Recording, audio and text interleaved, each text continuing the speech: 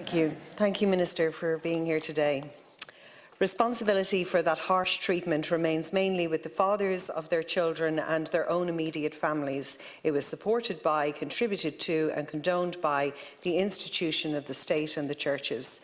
That is in essence the conclusion of the report. It was an investigation confined to the black and white language of law, limited to standards and burdens of proof, and it did its job. It upheld a complaint of wrongdoing. It found fault, a lot of fault. Its language is cold and does little to ameliorate the absence of comfort and compassion deserved by those whose lives it describes. I have wrestled with the language of the report. I am disappointed that there is little assessment of just how difficult it was to live in that Ireland, which tolerated nothing less than perfection from women, its false society of denial and gaslighting, dominated by sanctimonious judgment and the iron-fisted rule of the Church, which evidenced little compassion and bore little resemblance to the life of the Christ that was preached. A conclusion that blames families and fathers for unspeakable shame and hardships is difficult to swallow. I find throughout the unadulterated presentation of fact is distinctly unpalatable when the survivors deserved acknowledgement of that context in order to do justice to their experiences, a lesson that must be borne in mind for any future commissions. So while the Commission members did their job and they found fault, it is our duty as politicians to bring the humanity forth from these findings.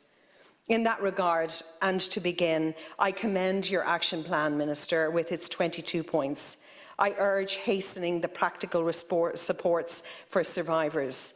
I hope that time will accord you the regard that you have deserved and you deserve. You have, and I have no doubt, will continue to be survivor-led in your actions, as indeed you must be.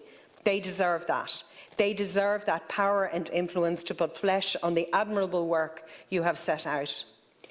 There are pressing needs for recriminations. We heard apologies last week. That may not be the last of them, and I urge you to keep an open heart and mind in that regard. There may be more to say, because there is indeed a considerable amount of blame.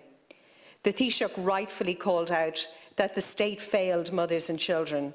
There can be no comfort and no escape from that, because we did, and I stand in the apology of that also. The Taoiseach too noted that the Church and State ran these homes together, reinforcing social prejudice and judgment when they should have tried to change it. They should have tried to change it. That opportunity of change, so shockingly not seized by previous generations of politicians, is now ours, Minister. What are we going to do to change it? The first thing that we can do is give to people born in these institutions the right to know who they are. Where are their records? Gather them, gather what we do not have into one place and under one body. Give them access to them. GDPR gives rights of access and the right to possess any and all data about them. They have the right to that information without delay, and I appreciate your legislation that will go even beyond what is personal, but also about the information around their families. We can legislate to dilute the right, perhaps paying an ode deference to the right of privacy of mothers, but I urge you, Minister, not to. I urge you instead to establish support structures, establish a right of access to confidential counselling and advisory entities, provide a register to allow mothers who wish their secret to be kept the right to opt out of any future meeting, a right to lodge a letter telling their story of their child's conception, and if they choose to explain why they don't want to meet. Resource all of those types of supports, ministers, but I urge you to give the right of identity to children unqualified and unfettered when you publish the legislation. They have a fundamental right to that knowledge, and the time for paternalism on the part of the state in that regard has passed. Our duty is to provide the information and support all those who will be affected by the release of that information.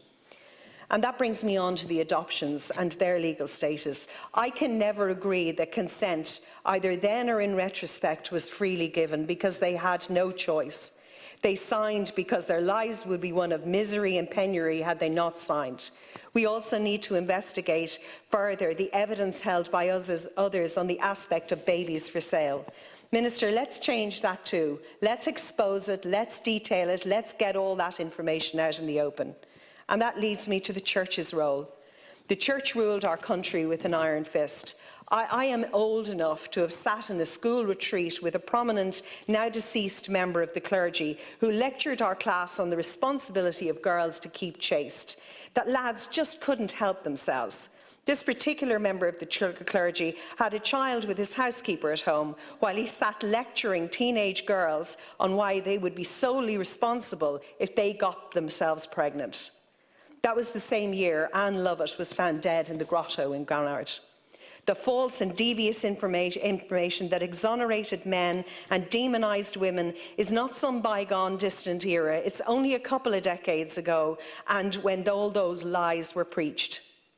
I welcome that you have sought financial contributions, Minister. Well done. And I urge you, if they're not forthcoming, to press strongly, and I will support you exploring all of the other avenues that may be open to you to ensure a contribution. And not just from the Church, but also from the companies that ran vaccine trials.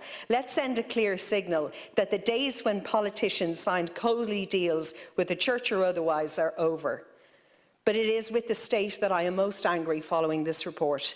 The state, our republic, was founded on the words, "The republic guarantees religious and civil liberty, equal rights and equal opportunities to all its citizens, and declares its resolve to pursue the happiness and prosperity of the whole nation and all of its parts, cherishing all of the children of the nation equally." That same state, within a matter of years of the making of that declaration, allowed girls and women to be hidden away when pregnant, allowed over 6,000 pregnant children go into mother and baby homes, and never once asked the question as to the rape of that child, never once called Gardaí or social workers. The stories of rape and abuse in the report are shocking and frightening. Where was the state when 9,000 children died, where nothing was done to preserve life? In fact, they knew and did nothing. They penny-pinched on food allowances. The state allowed overcrowding where other countries had no more than 30 residents in a home. Ireland has had as high as 140. We crowded them in and let them die. The institutions run by the state were the worst. They were the disposable children of their disposable mothers, experimented on and abused. And when they weren't living in the institutions, many laboured on farms with little consideration of the child. The rules were there for boarding out from as early as 1927, but they weren't always adhered to. And for those who died in the institutions, what now of their remains? I welcome the legislation on interments, and thank you, Minister, but we need to do more. In Bessborough, today, there is planning permission being considered for an area of ground where bodies are believed to lie. That's today. Let's do something about that.